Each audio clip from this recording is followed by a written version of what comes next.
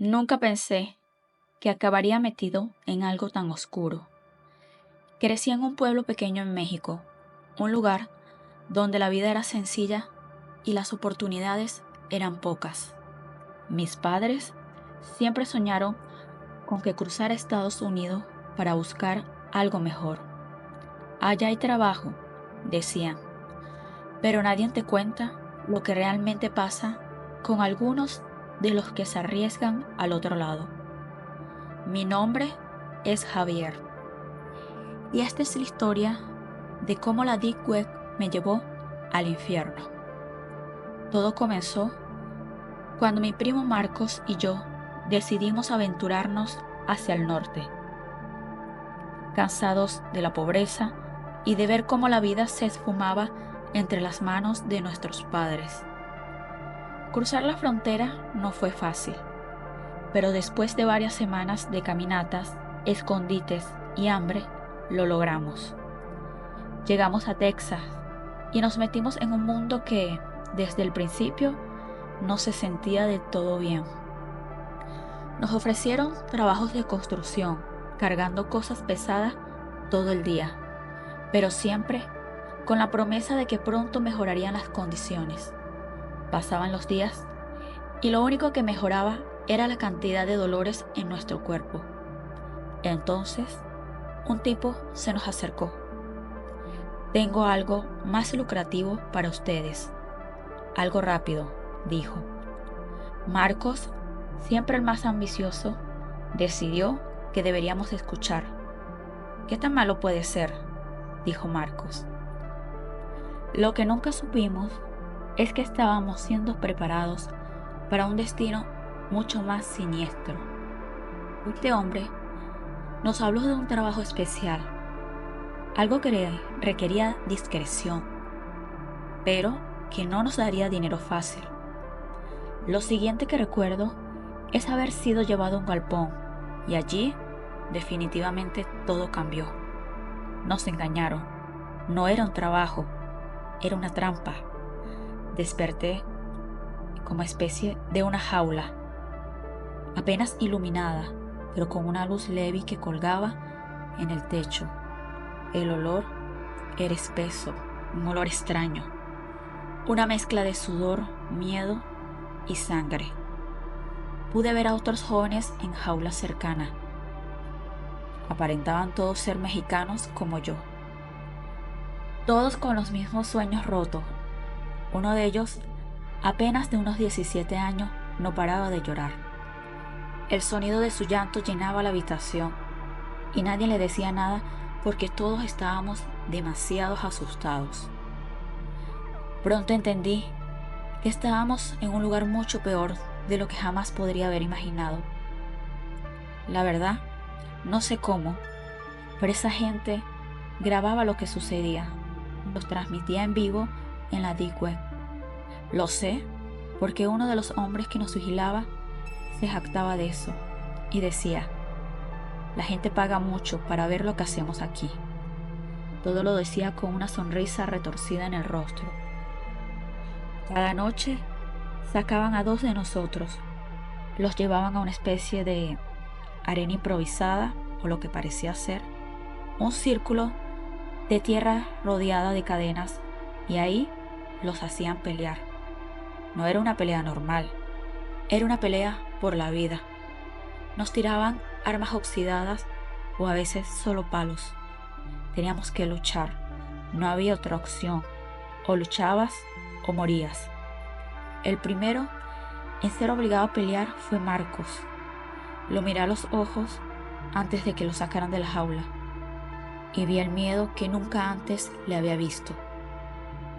«Hermano», me dijo, «no dejes que me maten». Lo intentó, luchó como pudo, pero el otro tipo era más fuerte. Escuché el sonido de los huesos rompiéndose, los gritos y luego un silencio profundo. No podía ver lo que había pasado, pero lo sentía en el aire. Mi primo estaba muerto. Marco estaba muerto. Cuando lo vi ahí tirado, con la cabeza ladeada y los ojos vacíos, sentí como algo dentro de mí se rompía también.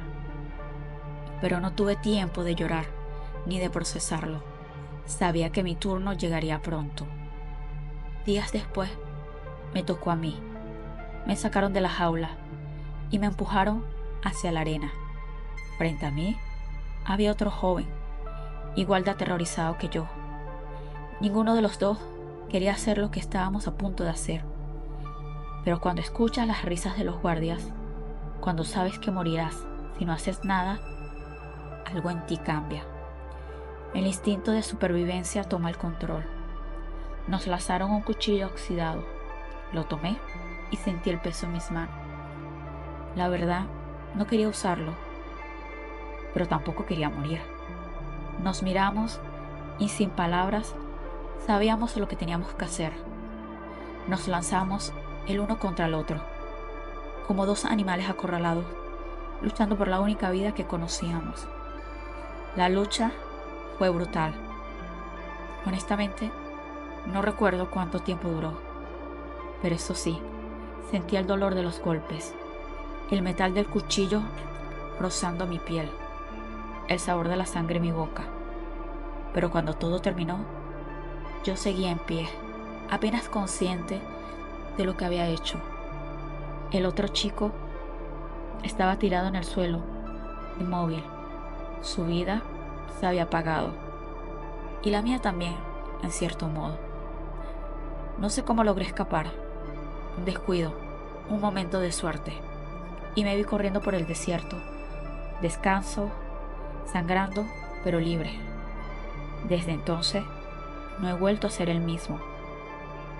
Honestamente, nunca podré borrar de mi mente las imágenes de lo que viví, de las vidas que se perdieron en ese lugar infernal. Ahora sé lo que hay en la Deep Web. No es solo un mito, es real. Y para algunos de nosotros, es una realidad que se cobra nuestras almas sin dejarnos en paz. Yo nunca pensé que la vida nos iba a llevar tan lejos ni tan bajo, pero así es el destino, y uno termina pagando a veces lo caro que cuesta soñar. Me llamo Andrés, soy de Venezuela, y lo que te voy a contar no es para que me tengas lástima, ni mucho menos, sino para que sepan lo que pueden pasar la gente cuando el hambre ataca y la desesperación te empujan más allá de tus límites. Salí de Venezuela con dos amigos, José Rafael y Luis Armando. La verdad, no teníamos más que un bolso viejo entre los tres, un par de mudas de ropa y algo para tomar agua. Nos lanzamos a la carretera con la esperanza de llegar a Perú o a Chile, a donde fuera, la verdad. Un lugar donde se pudiera trabajar de manera honesta y ganar algo para enviar a nuestras familias en Venezuela. Caminamos días y días, cruzamos Colombia, Ecuador. El hambre nos pegaba duro, pero en el fondo creíamos que íbamos a salir de todo esto.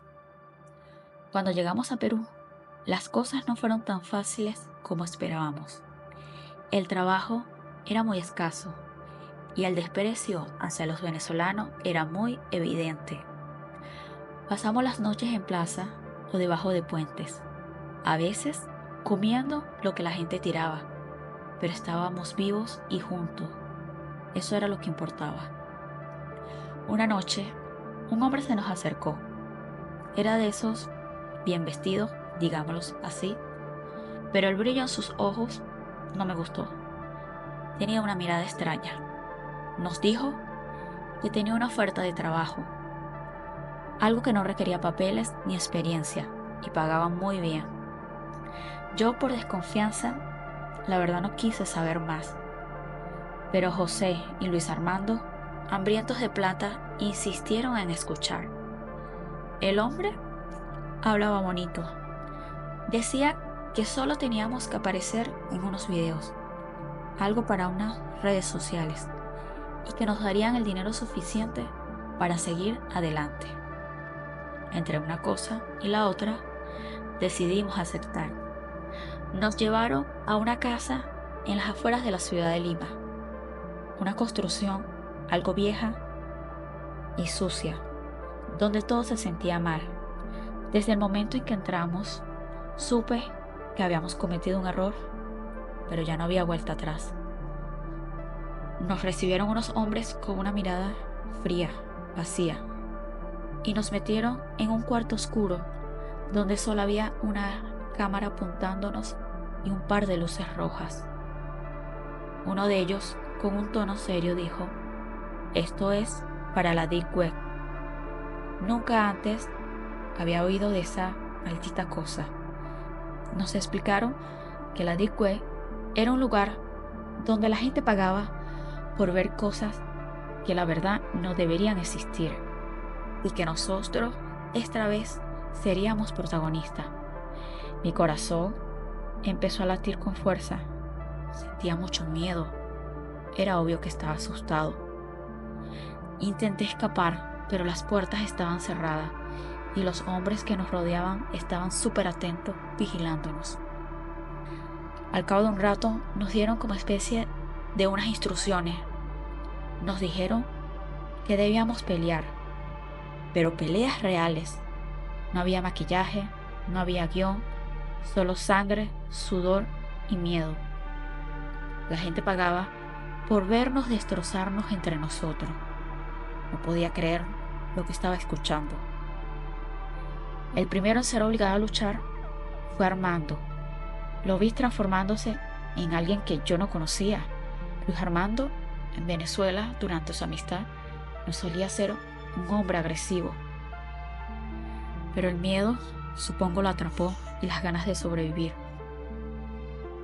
Él no quería hacerlo, pero uno de los hombres lo empujó al centro de la habitación y le tiró como especie de un palo de hierro. José, temblando, fue su oponente. «Luchen o mueran», dijo uno de los hombres, y ahí estaban mis dos amigos de infancia, luchando. Los gritos de dolor, los golpes secos contra la carne, la sangre escurriéndose por el suelo. Yo no podía creer lo que estaba viendo. Sentía un desgarre sobre mi alma.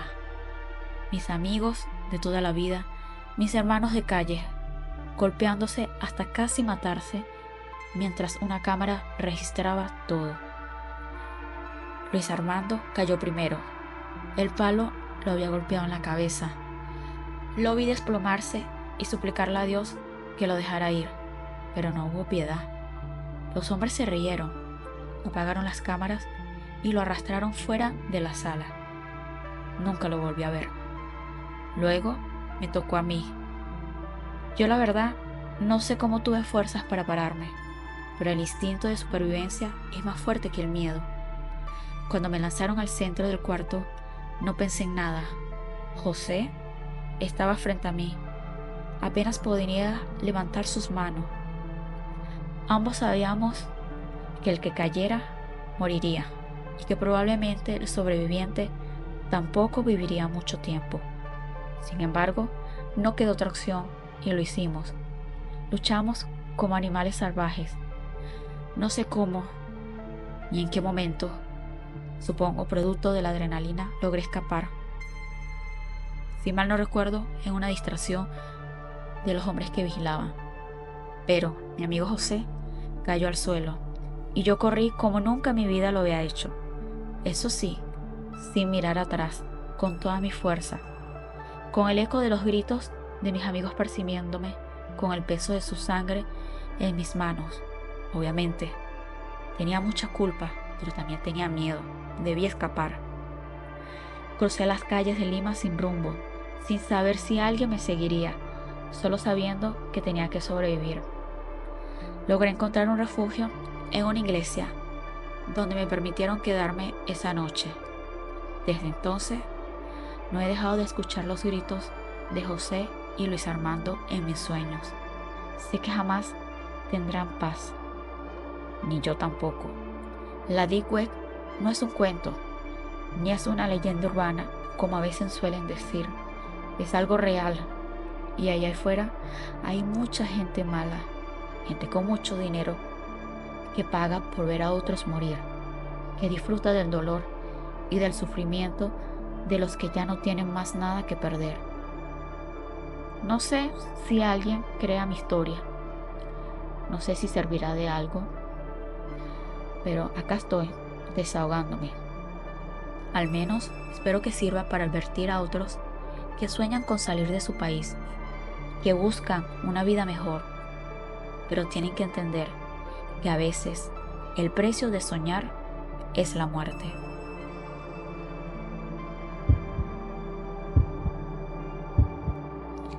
Yo no imaginaba que en los rincones más oscuros de la humanidad se escondían en algo tan pequeño como una pantalla. Pero así fue como lo descubrí, sin querer, sin buscarlo. Hola, me llamo Ignacio y vivo en un pueblito tranquilo en Guatemala, rodeado de montañas y zonas cafetaleras. La verdad, aquí la vida es simple, a veces dura, claro, pero nunca pensé que entre las sombras de la misma gente del campo, de los mismos que uno saluda todos los días en el mercado, se escondiera tanta crueldad. Todo empezó con los muchachos del pueblo. Algunos comenzaron a escuchar rumores de la Deep Web. Uno de ellos, Mateo, el hijo del señor Julián, el dueño de la tienda, era el que más hablaba del tema.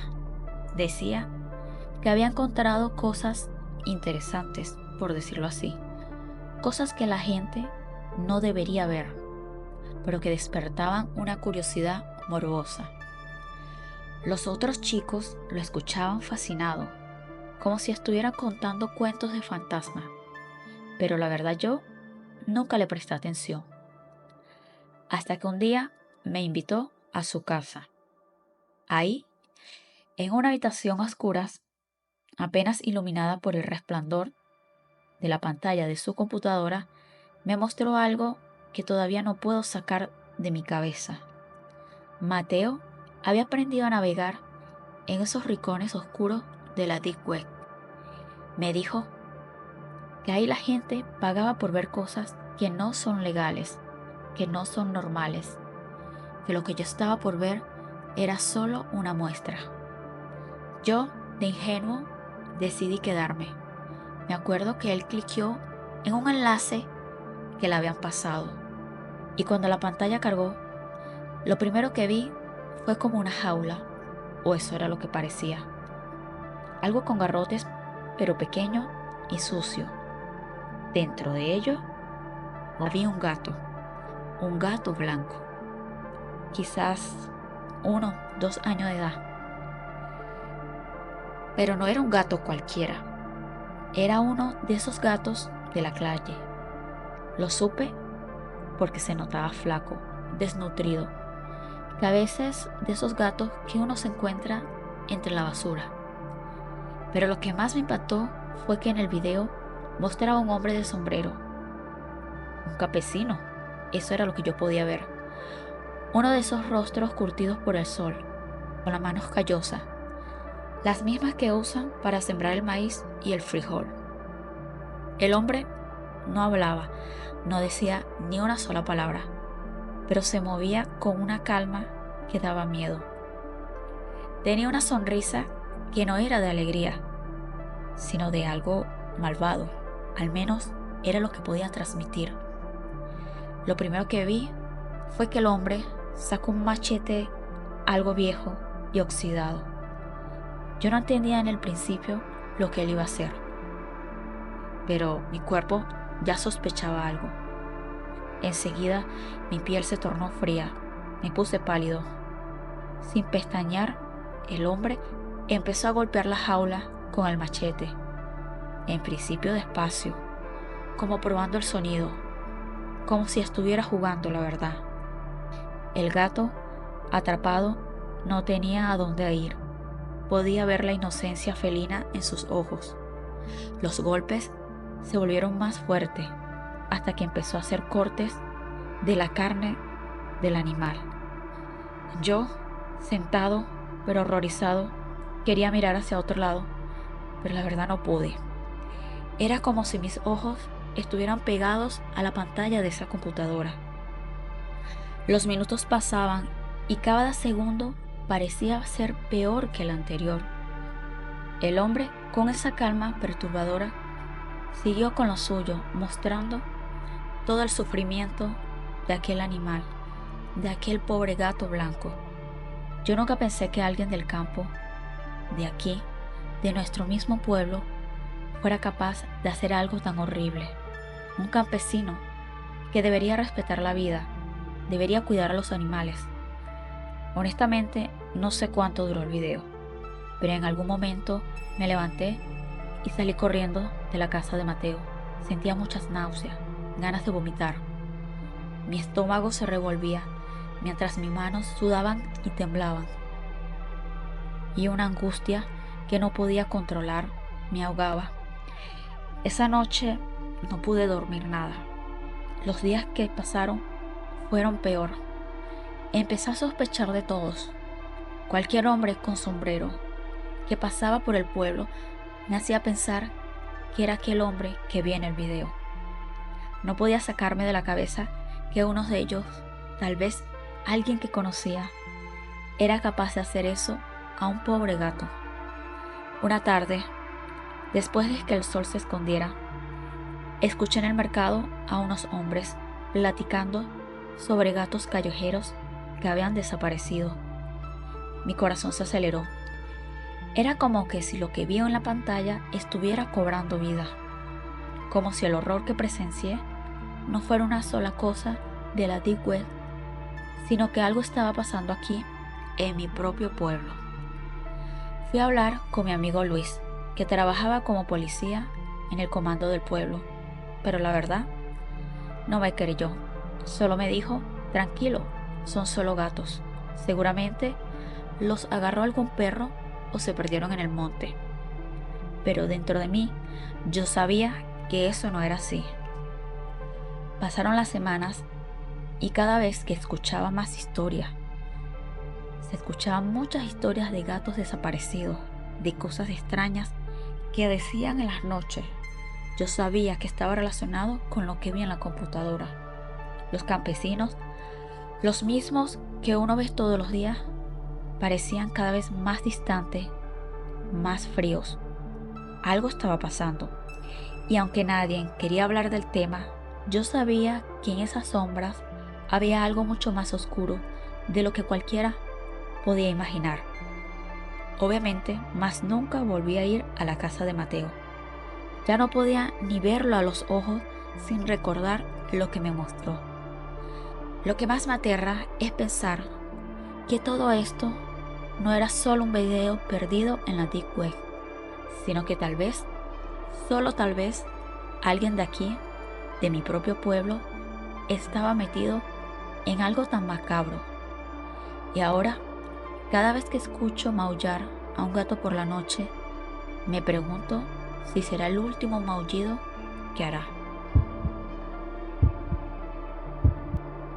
Supongo todos hemos oído alguna vez hablar sobre la Deep Web, ese rincón oscuro del internet donde todo lo más feo, lo más sucio e incluso lo más enfermo de la humanidad se esconde.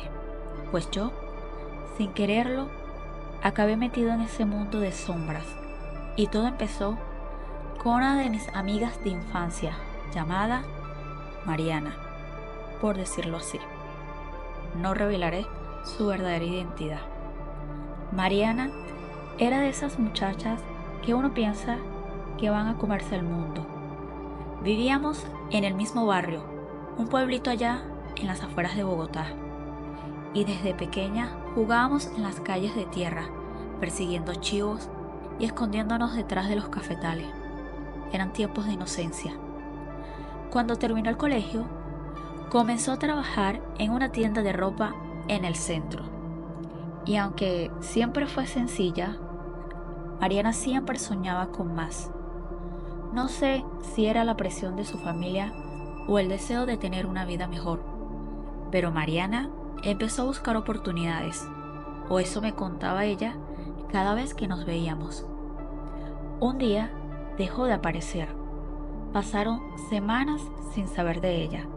Sus padres no entendían qué estaba pasando y el chisme comenzó a recorrer el pueblo.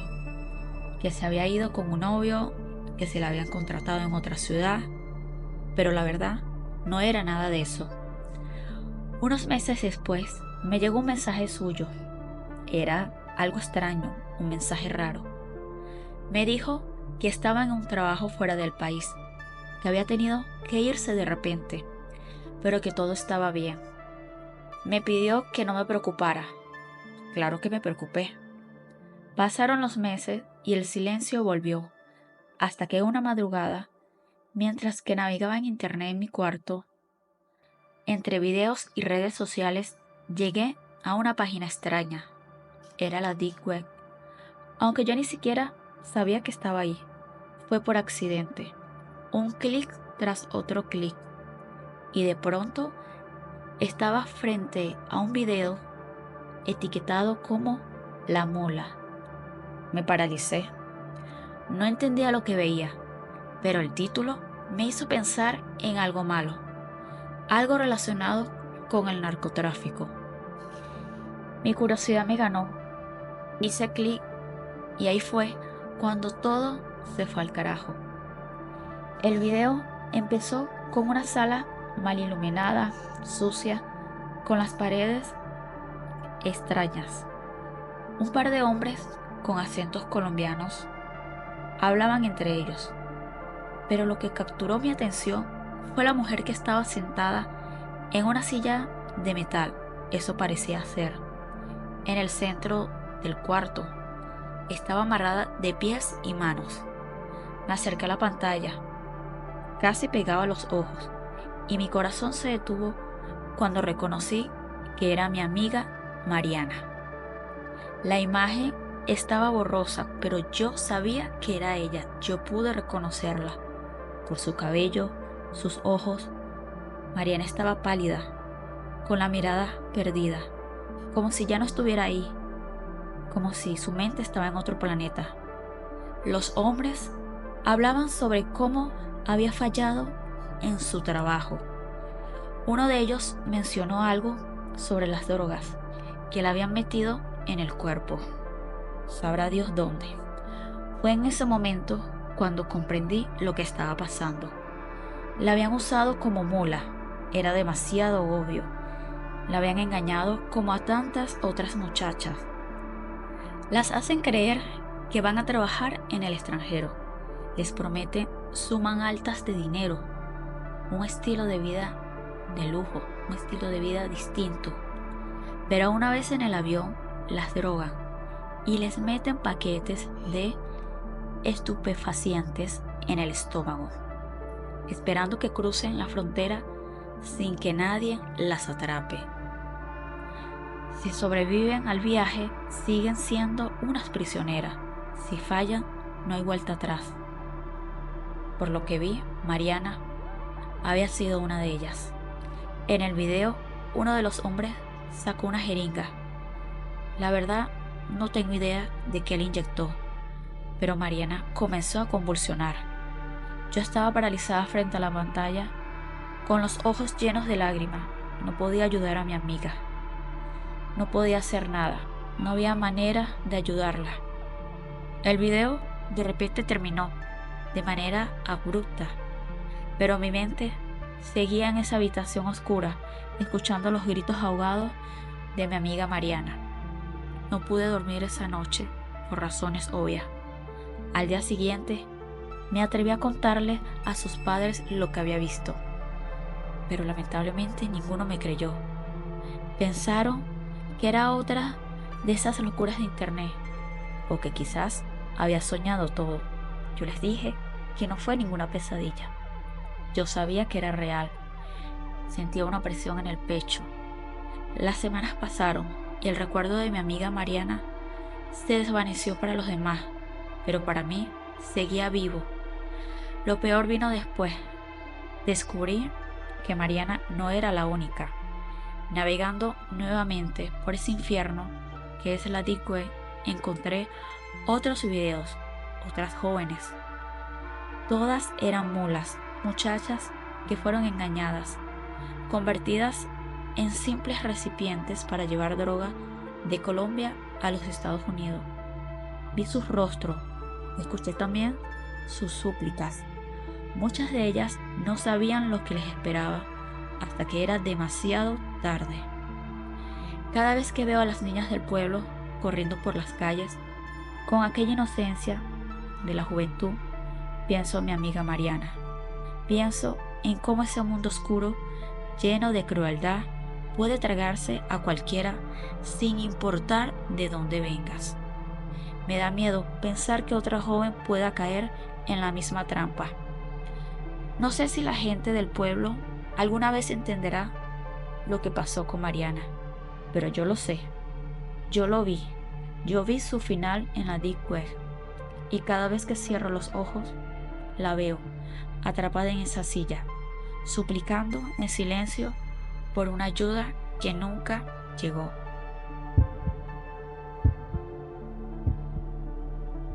En la selva del Amazonas, donde la vida corre despacio y los ríos parecen no tener fin, nadie se imagina lo que realmente sucede bajo la sombra de los árboles.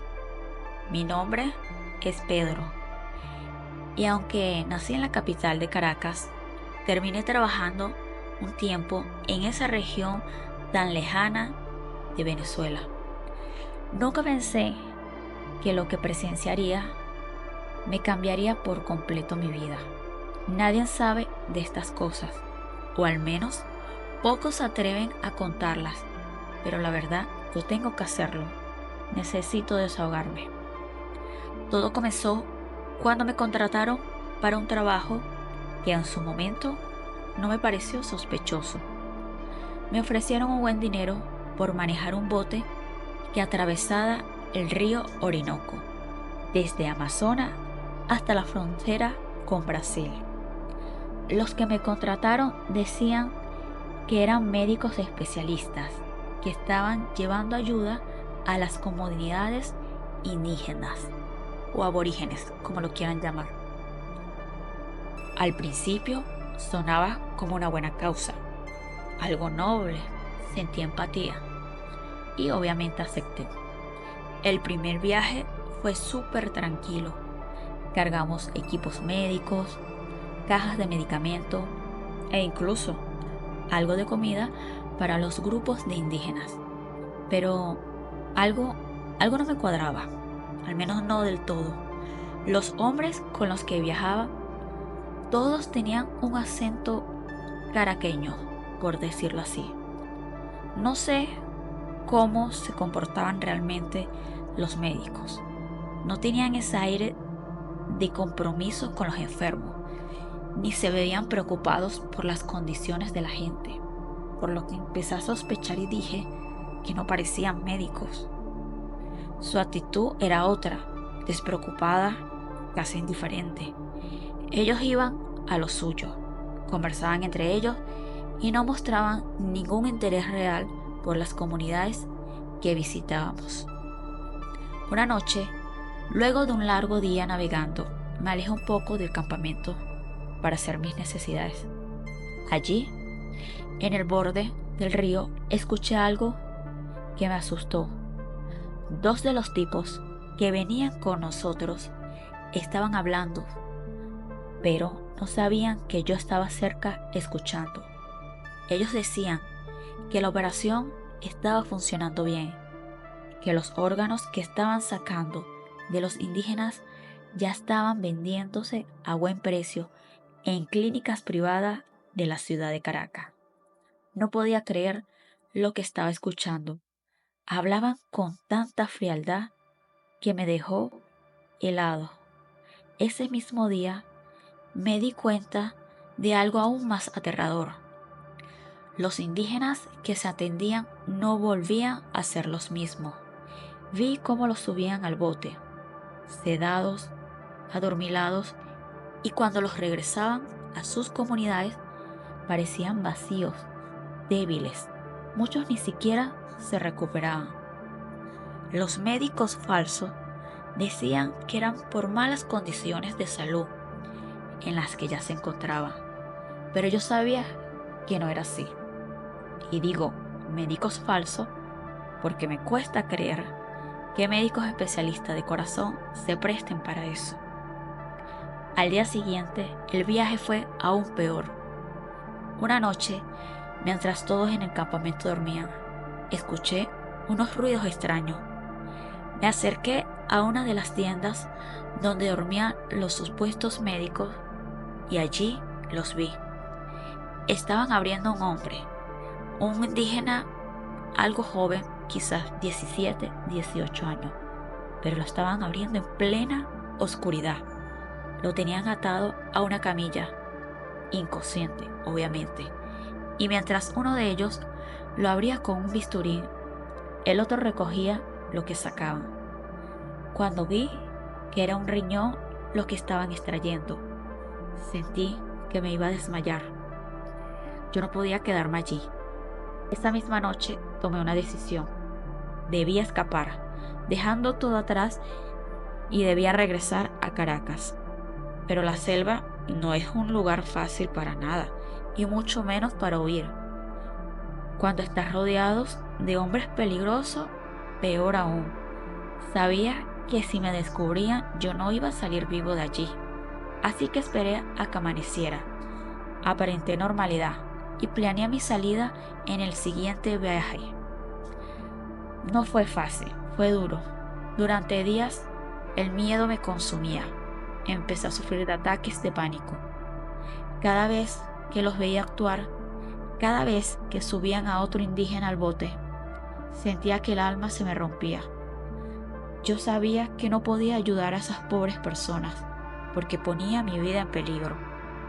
Pero también sabía que tenía que hacer algo, aunque fuera por más mínimo.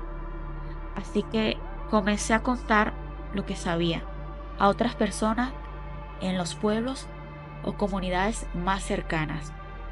Al principio, nadie me creía. Era absurdo pensar que en pleno siglo XXI, en la selva del Amazonas, alguien pudiera estar extrayendo órganos de los indígenas para venderlos en Caracas. Pero los rumores empezaron a correr. Las miradas de desconfianza hacia los falsos médicos se hicieron más frecuentes. Y entonces, un día simplemente desaparecieron. Nadie los volvió a ver. Tal vez se fueron a otro lado, fue lo que pensé. Tal vez encontraron nuevas víctimas más lejos de la civilización. Lo que sé es que dejaron un rastro de sufrimiento, un horror que la selva no va a olvidar. Lo peor es que la Dikwe tiene mucho que ver con esto. Tiempo después, un amigo me mostró unos videos que había encontrado navegando en esos rincones espantosos del internet. Al principio no quería ver, pero logró convencerme y me hizo entender del alma tan despiadada de alguna persona. Esos médicos eran médicos falsos, estaban conectados a un negocio aún más grande, el tráfico de órganos, algo que movía millones de dólares. Eran imágenes de órganos en ventas. Yo no podía creer que el mundo de la Dikwe era tan oscuro. Podías ver de todo en venta: riñones, hígados, córneas, todo listo para el tráfico. No eran los únicos, eso sí, había otras redes haciendo lo mismo en otros lugares del mundo. Pero ahora, cada vez que cierro los ojos, veo y recuerdo el pobre rostro de esos inocentes indígenas, esos cuerpos débiles que jamás volvieron a ser los mismos y que muchos murieron. Siento una mezcla de sentimiento de culpa. Es inevitable, pero lamentablemente no podía hacer mucho. Temía por mi vida. Pero la selva es así.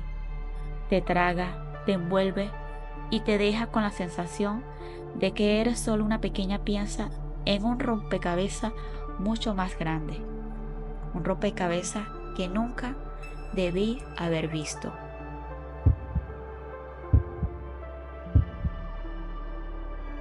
Yo nunca fui alguien de andar metido en líos grandes. Siempre he vivido mi vida tranquila en las calles polvorientas de este rincón de República Dominicana. El calor pega duro por aquí y uno se acostumbra a ver las mismas caras todos los días. Los carros viejos, las casas con sus fachadas descoloridas y la gente que se sienta en las esquinas a mirar cómo pasa el tiempo. Pero hay cosas que nunca te imaginas que puedan pasar en lugares así. Cosas que ni en las pesadillas más locas te atreverías a soñar. Todo empezó una tarde, a eso de las 5, en la que me fui a comprar un par de cerveza. Tenía mucho calor. Me encontré con el señor Ramón, un tipo de esos grandes, de barriga colgante y sudor constante, siempre con una camisa pegada al cuerpo que le quedaba chiquita. Era gracioso. Él era uno de esos que la gente veía y se reía un poco, porque era imposible no notar su tamaño. Pero Ramón era de lo más amable, un hombre que vivía tranquilo, trabajando de chofer y ayudando a su familia. Esa tarde hablamos de cualquier cosa, del precio del arroz, de lo caro que estaba todo. Lo que nadie sabía, ni siquiera él, era que esa sería la última vez que lo veríamos en el pueblo. Pasaron los días y no lo volvimos a ver. Al principio, la gente pensaba que se había ido a la capital a trabajar, porque hacía eso de vez en cuando. Pero pasaron semanas y nada.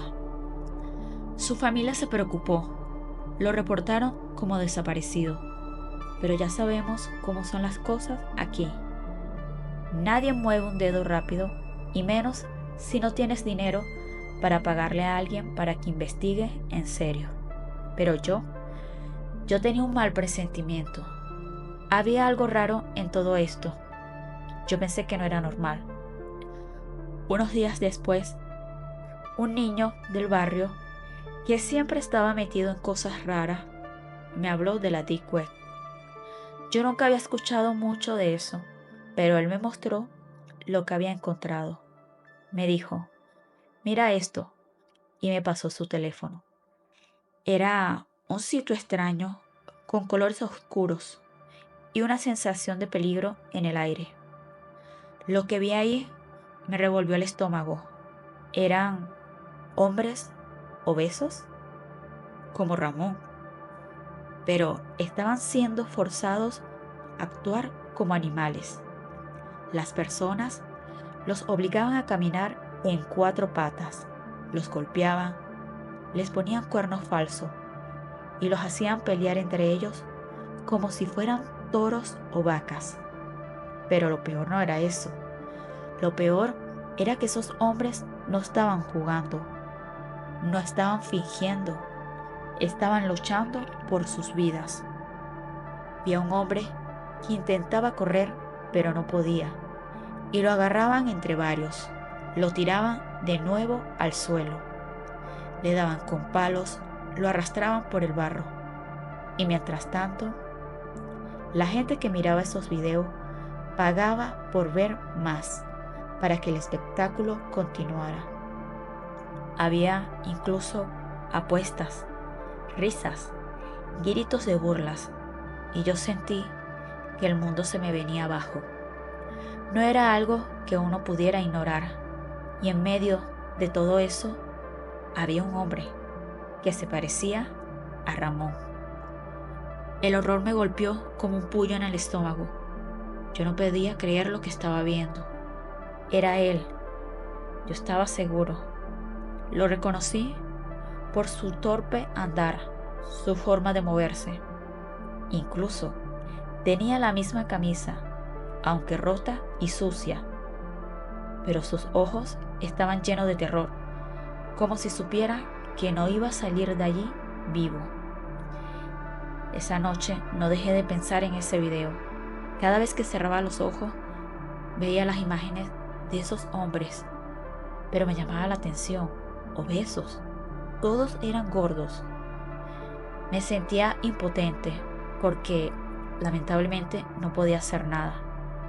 Llamé a unos amigos, a la familia de Ramón, pero nadie me creía.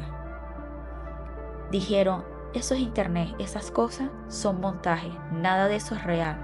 Era lo que me decían. Pero yo sabía que no era un montaje, era real. Ramón estaba allí. Y si no hacíamos algo, nunca volveríamos a verlo. Intenté entrar de nuevo a la página, pero no pude. Era como si hubiera desaparecido. El joven que me mostró todo eso tampoco quiso seguir buscando. Dijo que era algo peligroso, que los que manejan esas cosas pueden rastrear a quienes los ven, y era mejor dejar el asunto. Me dijo, no te metas más en eso. Pero yo me dije, ¿cómo podía dejarlo? ¿Cómo podía seguir mi vida sabiendo lo que le estaban haciendo a mi vecino Ramón? Pasaron unos meses y la gente en el pueblo dejó de hablar del tema, la verdad. La familia de Ramón se resignó, como hacen muchos cuando no tienen respuesta. Pero yo no podía.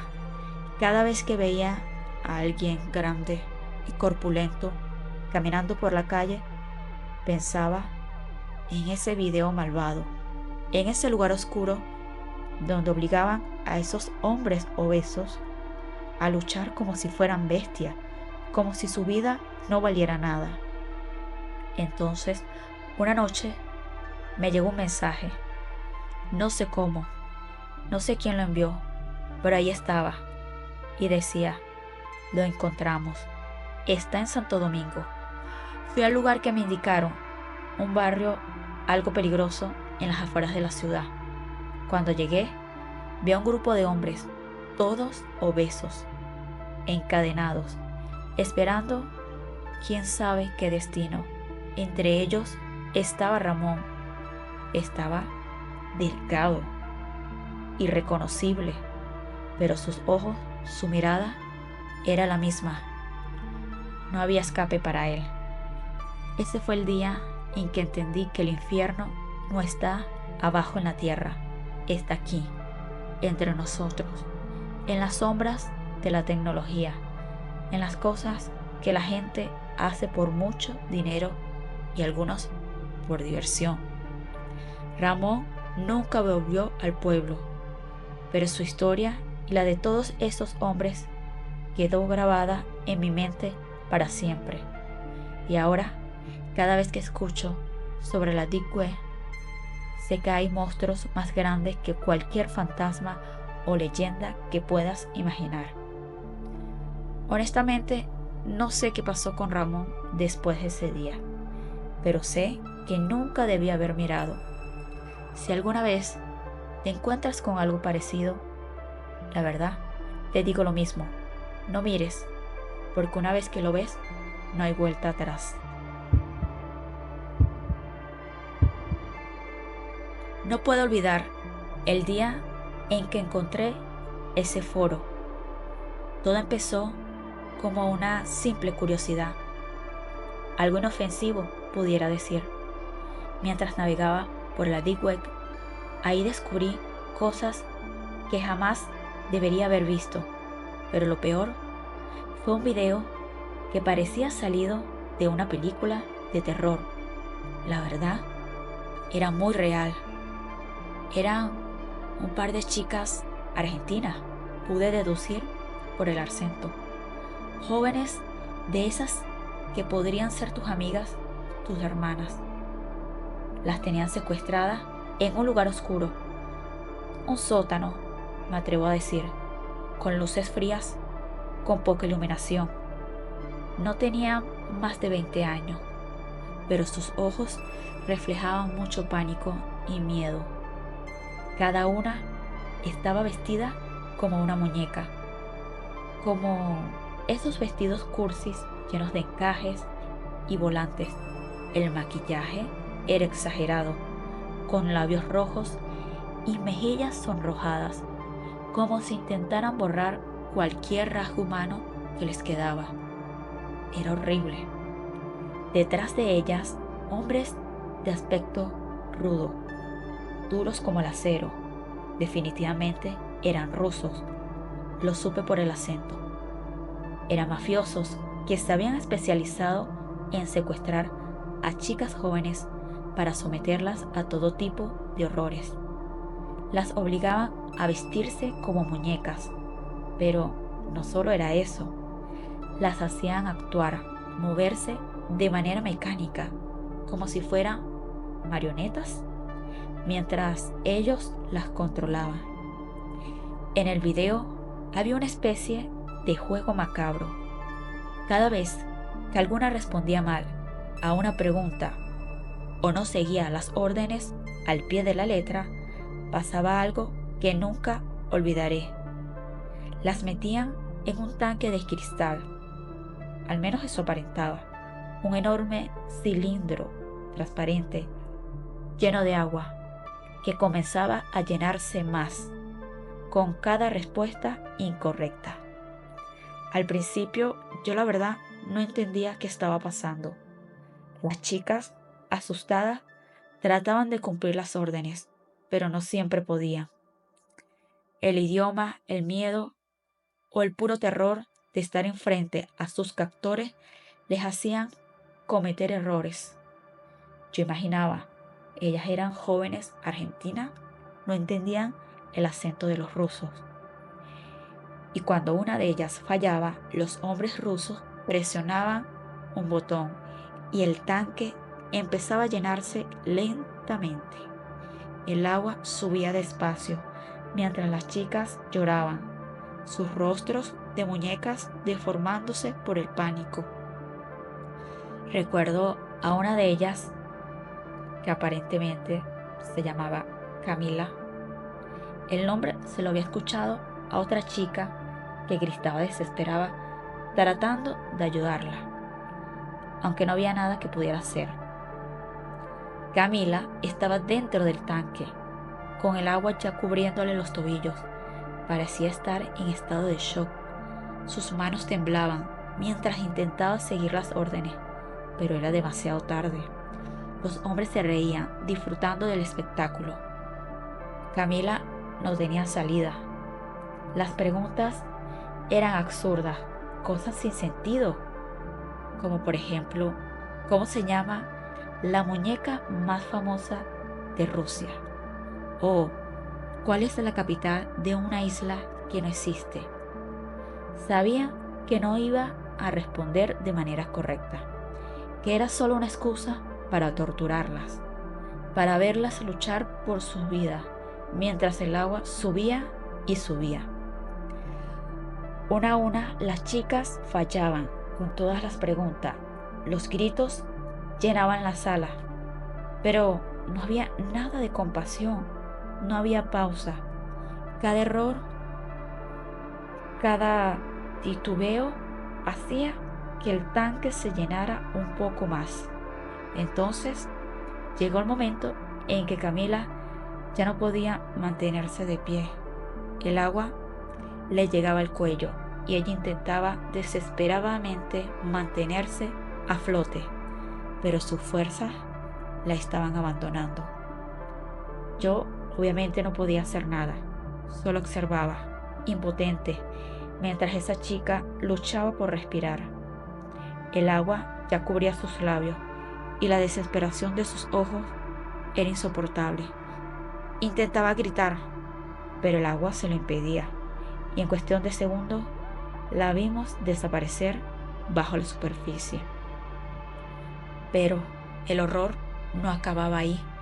Los rusos seguían, impasibles, como si nada hubiera pasado.